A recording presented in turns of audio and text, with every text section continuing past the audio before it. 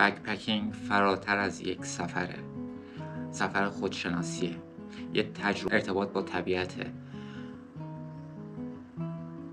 و یه چالشه، یه سفریه که همیشه به یادتون میمونه. یه نوع روش سفره که امروزه بین جوانا خیلی صدا کرده و خیلی طرفدار پیدا کرده.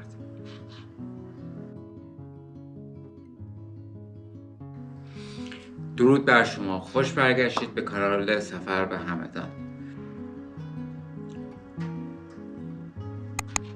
بکپکینگ از اون سری آموزش هاییه که ویدیوی قبلی که این بالا میذارمش گفته بودم بهتون توضیح میدم که چی هست و چجوری سفر میکنه.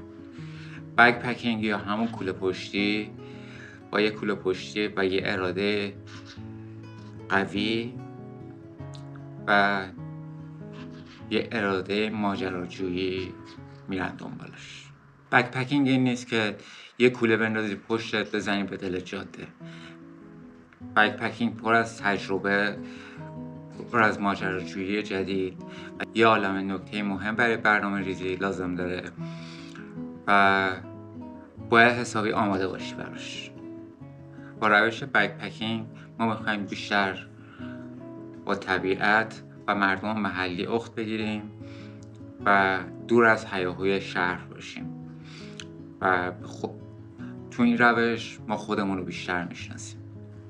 اگر آماده اید که این روش رو یاد بگیری و روش بکپکینگ خودت رو شروع بکنی، تا آخر این ویدیو با ما همراه باش.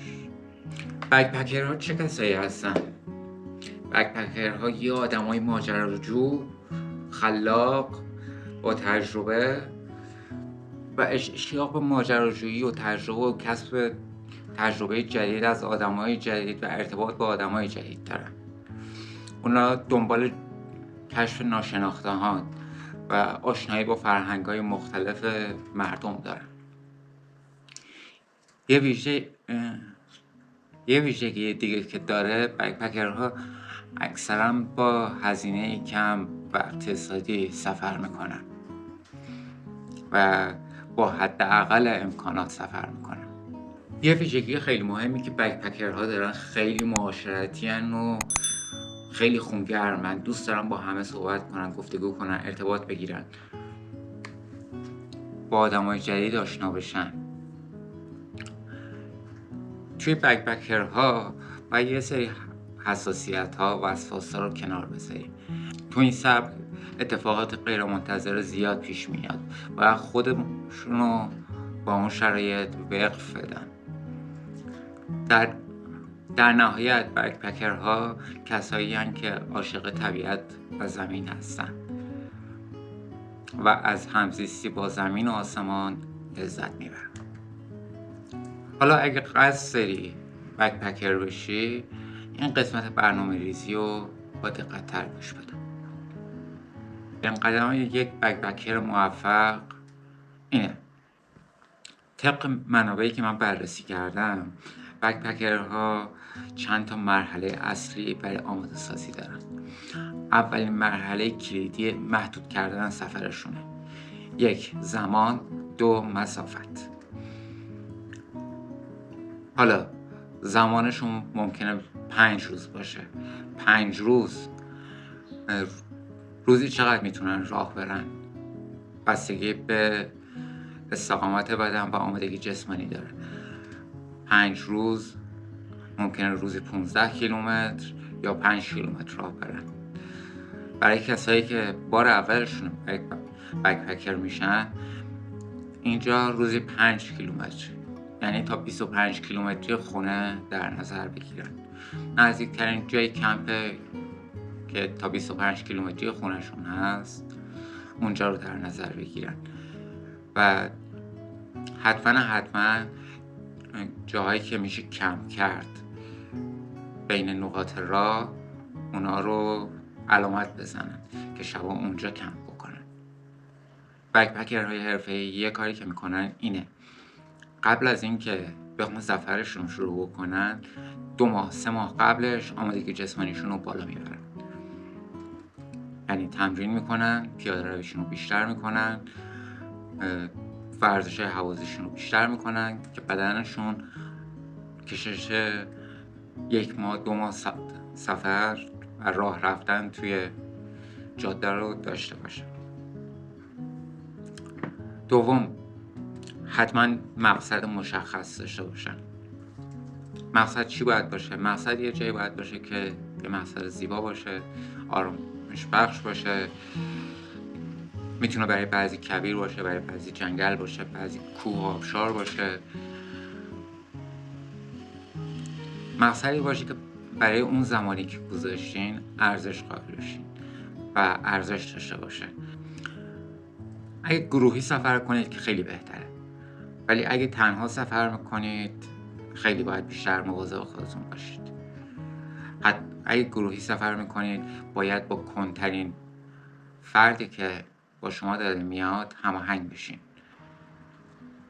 گروهی سفر کردن یه خوبی که داره برای افرادی که کم تجربه هن خیلی بهتره، کمکشون میکنه که تجربه بهتری به دست بیارن. یکی از چیزهایی که بکپکرها خیلی روش حساسیت به خرج میدن آب و هوا. نگاه میکنن ببینن اولا چه فصلیه، دوم این که آب و هوا تو اون موقعیت از سال چجوریه که وسایل مناسب اون شرایط رو بردارن. با این لوازم نداشته باشین و تو این شرایط گیر بکنید، شرایط خیلی ناخوشایندیه. گفتم برای کسایی که میخوان بار اول سفر بکنن نزدیکترین جای محل زندگیشون برن و اینکه در فصل تابستان برن که کمتر به مشکل بخورن. از روی نقشه جاهایی که میشه کمپ کرد توی مسیرتون رو حتما پیدا بکنید و علامت گذاری بکنید. حالا قبلا که گوشی اینا نبود میرفتن نقشه های توپوگرافی رو میگرفتن، علامت میزدن، میگفتن اینجا ما میتونیم شب کمپ بکنیم، صبح از اینجا راه بیفتیم بریم باز اینجا کمپ بکنیم برسیم. اینجوری نقطه به نقطه جای کمپشون رو مشخص میکردن و میگفتن ما داریم از این مسیر میریم. یکی از حیاتی ترین نکته هایی که بکپکینگ داره اینه که باید منابع آبی همراه داشته باشید. حالا شما نقشه رو نگاه میکنی، اگر روی نقشه کنار اون جاده که دارید میرید، کنار اون مسیری که دارید میرید رودخونه هست یا چشمه هست، میتونید از اون چشمه آب بردارید که آب به اندازه تو راه برمیدارید، بعد تمام شد از اون چشمه برمیدارید یا از اون رودخونه برمیدارید. توی کیفتون از این قرصای گندزده آب داشته باشید که حالا قرصا بستگی داره 2 لیتری به بالاست. حالا برای 2 لیتر بخوای، 10 لیتر بخوای، 20 لیتر بخوای، چون استفاده ازش ممکنه مسمومیت هم بیاره.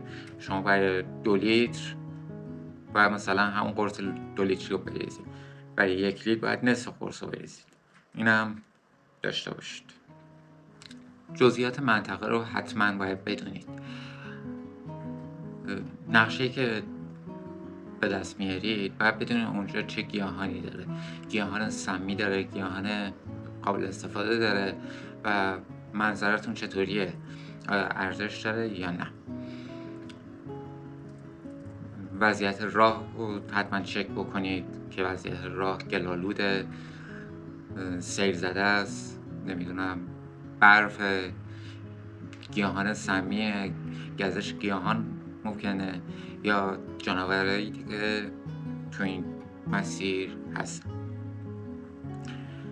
حالا وقتش کوله ببندیم. کوله بستن یکی از جذاب‌ترین قسمت‌های بکپکرهاست. به مهمترین قسمت بکپکرها کوله پشتیشونه. کوله پشتی یعنی خونه. یادت نره، کوله پشتی یعنی خونه. اصل کلی اینه که کوله پشتی باید سبک باشه. باید تعادل بین وزن و کارایی رو داشته باشه.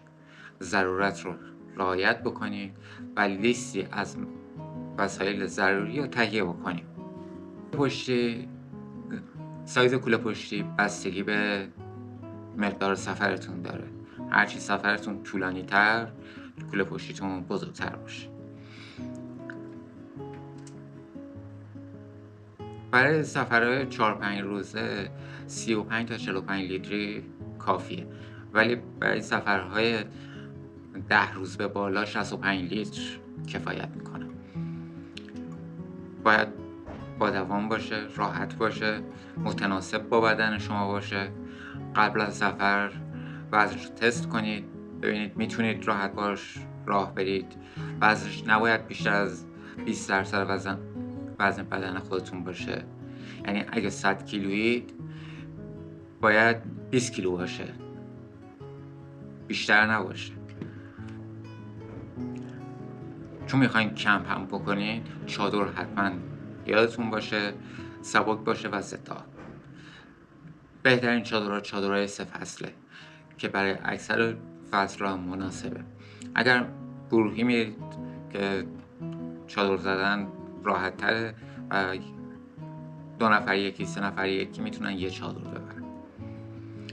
یکی از ضروری ترین چیزایی که همراه بکپکرها هست کیسه خوابه.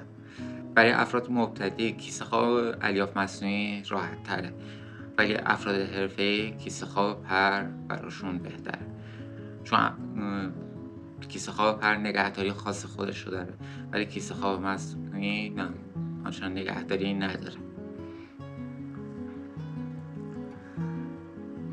برای عایق بودن کف چادر و کیسه خواب حتما یه زیرانداز مناسب لازمه که بهتر قابل لول شدن باشه و بتونی به زیر کوله وصلش بکنی. یکی از چیزهایی که توی بکپکرها مهمه پاهاتونه. باید جوراب کوهنوردی بپوشین و کفش مناسب که از نیش خوردن حشرات جلوگیری بکنه، که بتونید راه برید، که در برابر آب و سنگ و آتش پاتون رو نگه داره و محافظت کنه و کمتر احتمال پیچ خوردگی پا داشته باشه. کفشتون رو حتما قبل از سفر پوشیده باشین که جا باز کرده باشه. نیاین توی سفر یه کفش نو بپوشین که بخواید تازه اونجا جا باز کنه پاتون رو بزنه. لباس مناسب اصلش لایه بندی لباسه. لایه زیرین برای محافظت از رطوبت بدن، لایه میانی برای حفظ گرمای بدن و لایه بیرونی برای محافظت از آب و باد. لباس بارانی و شلوار ضد آب حتما داخل کیفتون داشته باشید، کولتون داشته باشید.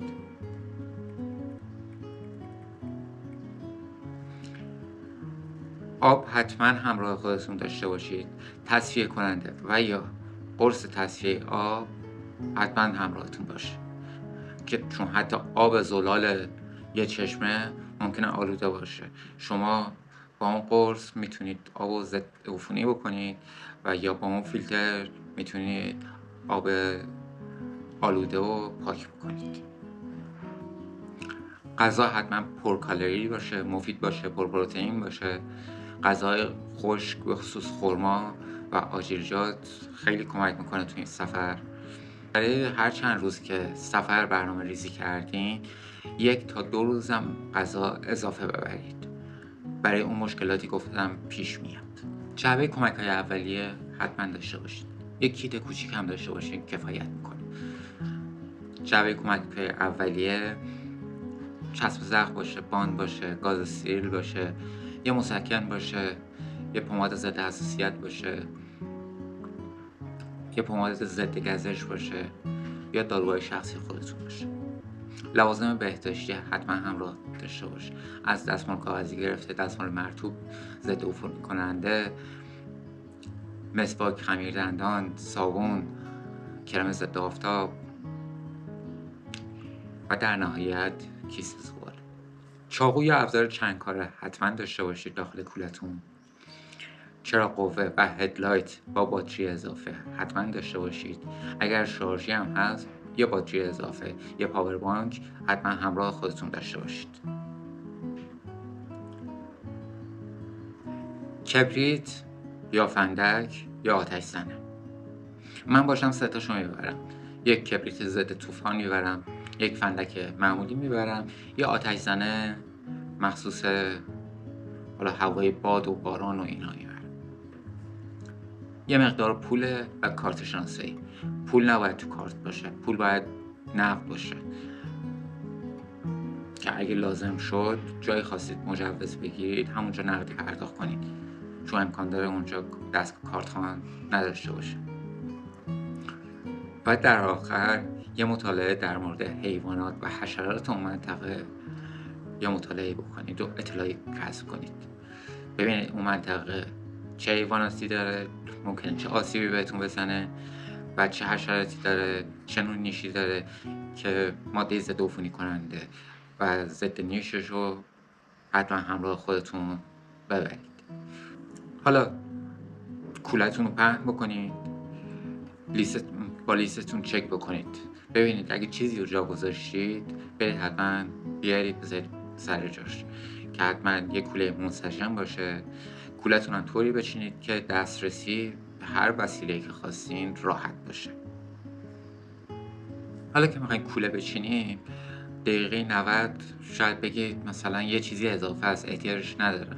اگه چیزی مثل کتاب بود قاعدتا بذاریدش کنار، ولی اگه چیزی مثل کنسرو بود حتما بذارید داخل کوله بمونه. آب و هوا رو چک بکنید که اگر لازمه برنامه رو کنسل به تاریخش رو عوض بکنید.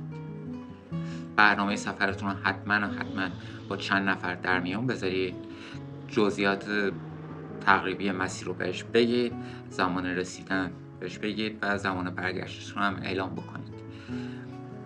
قبل از حرکت گفتم بک پکینگ های حرفه‌ای قبل از حرکتشون حتما تمرین میکردن. شما هم قبل از حرکت 2 روز 3 روز قبل از حرکت با کولتون تمرین بکنید. کولتون رو بچینید، باهاش راه برید، ببینید چقدر میتونید راه برید داخل شهر، باهاش تمرین بکنید، مسافت بسنجید تا آمادگی جسمانیتون بره بالا. نکته آخر این که مراقب حیوانات باشید. هرچی به حیوانات نزدیکتر بشید خطرناکتر. حیوانات از ما آدم ها میترسن، ولی وقتی ببینن شما دارین نزدیکش میشین و احساس خطر میکنن به ما حمله میکنن. امیدوارم که این راهنما برای شما مفید باشه. سپاسگزارم که تا اینجای ویدیو منو همراهی کردید و امیدوارم که خوب راهنمایی کرده باشم. لایک، کامنت، سابسکرایب فراموش نشه. نظری دارید زیر همین پست کامنت کنید. اگر دوست داشتید به دیگرانم معرفی کنید. تا ویدیوی بعدی، بدرود.